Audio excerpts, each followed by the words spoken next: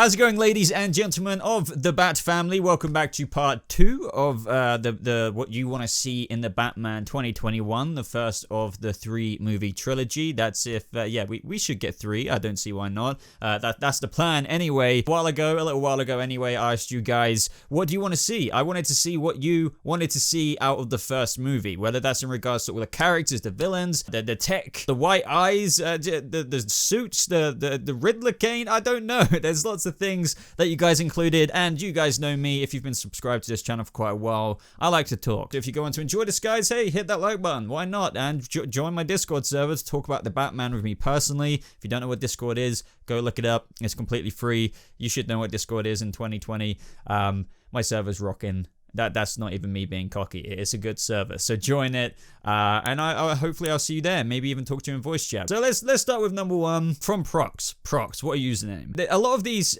questions I quite like. I've been through. I'll try and pair a few of them as well together, because this one I think is in relation to another comment. That was a Discord notification. Thanks, Sharky. Anyway, back to business. Prox says, I would like to see the Riddler's crimes and challenges take down a mental toll on Batman. I want Edward Nashton to always have the upper hand and why can't I talk? Too much caffeine, I think. One step ahead of Bruce, and for Bruce to consider whether he is the right man for the job. Now, I've echoed this quite a few times, like very much so, and I wholeheartedly agree with you. I kind of went over this in my last video in reference to another comment, but this kind of leans specifically on Edward Nashton. Now, the other comment I wanted to tie to this is quite a long one, but you know, this is more of a discussion-y based topic video, so yeah, this is, as I said in my last video, just sit back, relax. If you're really looking forward to this film, I trust that this is kind of just a nerdy kind of sector of video that you enjoy. So let's read this one out. All the best Batman stories, and I pretty much agree with this, I feel go deep into the head and psychology of Bruce Wayne, who he is, why he does what he does. And yes, that might sound like they have really obvious answers, but this is a new version of Batman, and I feel like these things have to be established. How this Batman functions and operates in this next telling of the story, and I also hope that this Bruce Wayne isn't just a cold, lonely badass who comes off as a jerk to some people like some other versions. Now, with my respects to that, I don't mind that so much, because that is like, he does put on that millionaire playboy Bruce Wayne persona, but I kind of get what you mean, because no matter what, at the end of the day, different writers tackle different themes and bring out different sides of Bruce, all while each one is still present and maintained to a degree in various iterations of Bruce. I don't mind seeing the more charitable and respectable Bruce Wayne either. Like, this is what I mean and why I love talking about this stuff in these videos, because we're all big Batman fans, right? And our imaginations are just probably, our brain synapses are just firing a million miles per hour, like kind of how I'm talking in this video, when thinking of this film. So yeah, I get what you mean. So maybe not as much of like maybe a Christian Bale swimming in the hotel lobby, but maybe a bit more of a respectable Bruce Wayne potentially. Yeah, I'd be down to see that. One of the most important elements about Bruce Wayne to me personally is his deep compassion for other people. Bruce Wayne is a very caring human being, of course, and I want to see that come across from this version. So no killing, please, Matt Reeves. Anyway, that's it. Love your videos, Boba. If you're reading this, thank you very much. I love you for watching my videos, each and every one of you, not to sound cheesy. But back to the first comment again from Prox. It kind of blends in, because the Riddler's crimes and challenges taking a mental toll on Batman. That is something I've echoed about this film since day one. I really want to see that happen. I'm not going to go too deep into this, because I kind of mirrored this in the first video, but I haven't spoke about it yet.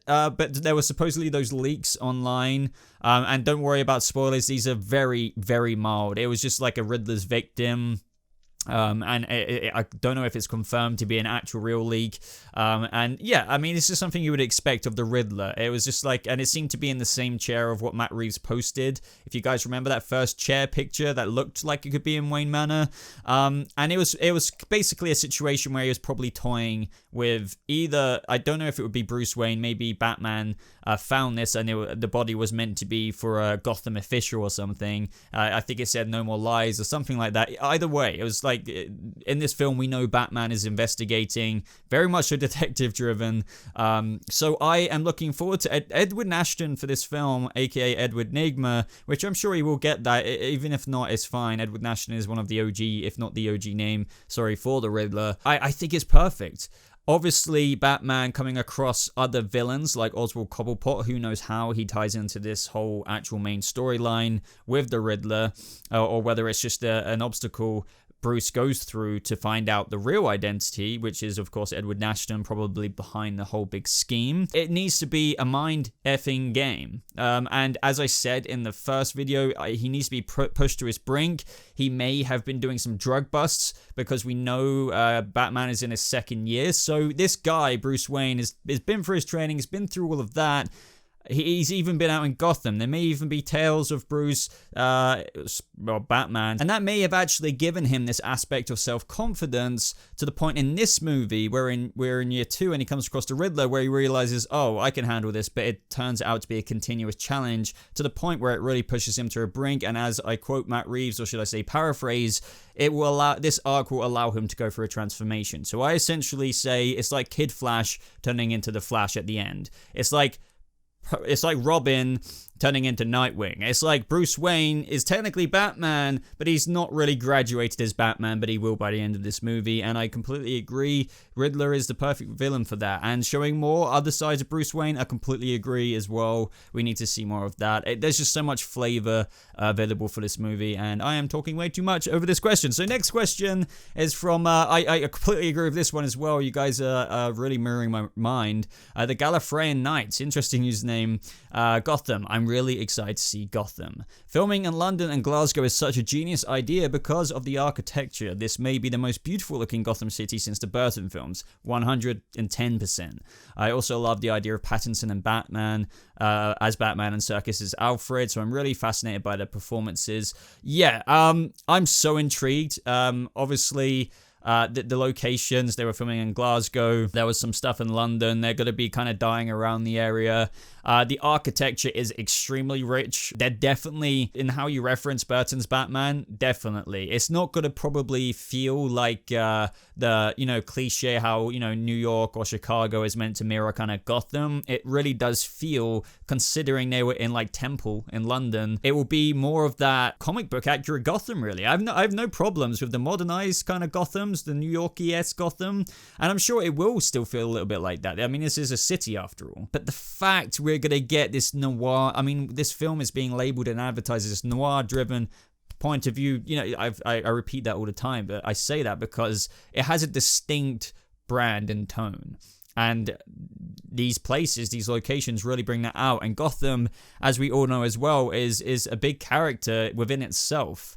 And that's one of the things they need, or should I say Matt Reeves needs to nail on the head. And I think just through his choice of locations, he has already done that. But of course, at the same time, there is a lot of post-production. So I'm really interested to see, even if he just changes. Because when we saw the filming, for example, in London, it was like an average day in London, I would say. Not too sunny, not too dreary. But, are they going to make the clouds darker? Is it going to be more reminiscent of that Gotham, like in the Narrows, where it's all very... I feel like Batman Begins did a good version of that, where it was really like mystified, even though in other portions it just looked like Chicago or New York kind of thing. I wonder how much post they're going to do. I feel like Justice League did a really good job of that. It was such a gloomy place. On top of the architecture just already being there, they don't really need to do anything with that. What will their atmosphere look like? How much are they going to add into that? I really want it to be gloomy. Now, this one's an interesting one. I think I've spoke about this with my suit breakdown, maybe. I can't remember. I talk about the Batman quite a lot. So, there's Volt says, honestly, I just want to see without the laryngitis voice. So the, where is she kind of thing. Yeah, I completely agree. Like, well, I don't mind that voice. Seriously. It is like memey at times because it's always like when Batman was blasting through the wall, it's like, excuse me, just everything is like that with Bale's. But at the same time, you can't sound too much like your own, Bruce Wayne. I mean, there is a suspension of disbelief, obviously, when it comes to these things. Superman looks like Clark Kent, but nobody can. Lois Lane, who works with him every day. Do you know what I mean? I get that aspect of it. You can chuck some stuff away, but personally, I don't know what Robert Pattinson's going to do. I don't know what Matt Reeves is going to do. It's kind of like, it makes me think of when Joaquin, he wanted to interview his laugh for the Joker, audition, sorry. And that's an important aspect. But, you know, you wouldn't necessarily think of it at first sight or first thought. But would Robert Pattinson have had to have done that with Matt Reeves? Obviously, you don't have to think about that so much with your Bruce Wayne voice. But the Batman voice is not as controversial, obviously, I don't think, as like when the suit is revealed, but it's still something that people are going to be like, point and laugh at if it's something. I mean, that will happen inevitably. That can, I think, be solved a lot easier. I mean, it'll play to both sides of the fence a lot more if there's a voice modulator, so I think maybe that's what they should do, because then Robert Pattinson could just speak in his normal voice. Maybe he could sound obviously a lot more intimidating. I mean, the Batman is meant to invoke fear in the hearts of his of the criminals of Gotham. So with him maybe sounding a bit more intimidating, yet using his normal voice, and then in post add a voice modulator that he just has as a piece of the tech of his suit, kind of pleases everyone to a degree, even those who think, you know, I didn't want a voice modulator. At least it wasn't Robert Pattinson trying to growl or trying to go dark. I mean, there's very few actors, even if they're incredible actors, who sound kind of like Kevin Conroy. But even if you look at Kevin Conroy in the Batman the Animated Series, Bruce Wayne sounds the exact same. And I know this is a movie, but these are things that we will have yet to, you know, wait to see, and we won't know until the film comes out, or at least a trailer. But as always, guys, as I'm answering these questions, let me know your replies and your thoughts to each one, or maybe some of your favorite ones that I'm answering myself. Now, Langa Thranga says, I definitely want it to be connected to the DCEU, maybe a post-credit scene with Flash in it. I personally, I don't. I really don't. This is kind of a long story. I can go into a whole different video on this. I kind of have. But it's obviously not to an extent. They can bring it into the DCU. Like, that's still kind of mystified, because you could argue Flashpoint, the very definition of that, could change things to the such of where Aquaman and Wonder Woman, they're obviously used to seeing Batfleck. But, you know, Flashpoint, if that did change things, it would have just been Robert Pattinson's Batman the whole time for them. So, like, you could argue that could work. But with the whole, and same with Commissioner Gordon, all of these swaps from, the other actors who we had in Justice League, it is doable. You know, on paper, anything is possible that way. But I personally, I believe Reeves was given his, at least at the very beginning, or at least for the time being, they were just saying, do your own thing, don't worry about it for now, just do what you want. But I don't really think it will become a DCEU thing. I'm not confirming that. I think that's coming more from preference for me, and just from what we're observing right now, it most certainly doesn't match up to what we have from the DC, EU. And as for a post-credit scene with Flash in it, I would say the chances of that are like me shaking hands with Robert Pattinson in the next 5 minutes. Nathan VA wants Paul Dano to have the Riddler cane. That's all I need. That's all I want. The Riddler cane. I don't think that would be cheesy at all, because, you know, Matt Reeves could make it so that Paul Dano's Riddler, I mean, Edward Nashton's an extremely intelligent man. So what I'm trying to get to is that his Riddler cane, instead of being the Jim Carrey kind of, cheesy version, it could actually be the more modernized, weaponized version. Just like how Penguin's umbrella can do things, maybe the Riddler cane can do something to even Batman in a room where, like, he doesn't expect it. Like, I don't know, maybe it fires something, maybe it doesn't. You know, the Riddler is very theatrical. He's very narcissistic to an extent, in terms of, like, I wouldn't necessarily exclude the Riddler cane, but we're gonna have to wait and see, because I kind of feel, and obviously I don't know this at all, none of us do, that even though the rumors are that Batman's rogues gallery are somewhat basically all out there and active, I still firmly believe that they're not their comic book counterparts, because we can't forget that this is Batman Year 2. We have Colin Farrell's Penguin. I believe he will be called the Penguin, but I think Edward Nashton won't be called the Riddler. I mean, he will be in this movie, but at a certain point. So I wouldn't look at it as an origin for his character, but I think it will be the Riddler finding himself and trolling Gotham, and even calling himself the Riddler, maybe even from the, 8th scene in the movie, X amount of minutes in. But I still feel like they're not 10 years down the line where it's like, oh, that's Riddler, he's got all the question mark. I think just as Batman is going through an arc, Edward Nashton will become the Riddler in this movie. All the other villains, for example, they may be out there, but I don't think they will have maybe even their most identifiable comic book traits. So as for the Riddler cane, that may come, But then again, I'm kind of thinking, does that come when we have a fully developed Riddler? Andy180 wants to see the movie. Hey, Boba, I love your work. If my work was in the movie, that'd be incredible. I would love to cameo somewhere in the background, just kind of like recording Batman. I don't know, making a YouTube video on it. It's always the best. Thank you, man. I really do appreciate each and every one of your support. It's what makes these videos even happen. I wonder if you agree with me on this. I'd love to see new suit progressions that could lead into something similar to Batfleck's suit. I think I answered something like this in part 1. I said I wouldn't mind it going, because the thing is, the chronological way of viewing things is Batman has tweaked his suits all to the point of where it would have got to a thin suit and that those technologies would have improved. This, that, and the other, right? I would like to see suit progressions, and that is not actually all too unfamiliar with the teasings or rumors out there and how there may indeed be multiple suits in this movie. I would really like to see changes in the suit. I do think the suit is brilliant. I do not get the hate with it. What do people not understand about, you know, not seeing it in motion? The fact that we've seen a stunt suit compared to the real suit will, on the actor who isn't doing the stunts, will look better. I mean, especially when it's in freaking on the big silver screen. I just... Yeah, fandom sometimes can be quite naive. I'm not talking about you guys, but you know what I mean. People are literally saying, oh, that suit is effing garbage. It's just... Really? What? But sure, I think things will become more refined. I think maybe even the cowl, because the cowl's quite a, you know, I would say more of a fabric-y version, which does, interestingly, very much so contrast the very plated torso. It all seems like a mix of, I would say, not novice, I would almost say like adept to intermediate armor. Like, he's not nearly enough professional. Everything is very makeshift. And interestingly, on like, lots of people are saying, what is this part of the suit? It seems to be some kind of smart watch or whatever. It is really tiny. That's what interests me the most. People say, oh, maybe it's just a map of Gotham or something else. I kind of disagree. That if you look at the suit and on his wrist guards, that thing is so small. It is, well, it's about the same size as this smartwatch kind of thing. It maybe even a bit smaller. It looks like that big. So I think it's just going to be used to speak to Alfred back at the Batcave. I believe year 2. Alfred is the only one who's going to be in the cave. Maybe it will have some other intel on it. But like, I mean, how much is Bruce really going to be able to read on that little screen of his, considering this suit is very primitive within itself? I just don't think it would do as much as what people are reading into. The other things as well, people were thinking that those, initially I was thinking maybe it is armor, those little stripes. I think I may have talked about this previous video. Either way, I'm going over it again if I am. I find it interesting that we haven't seen batarangs.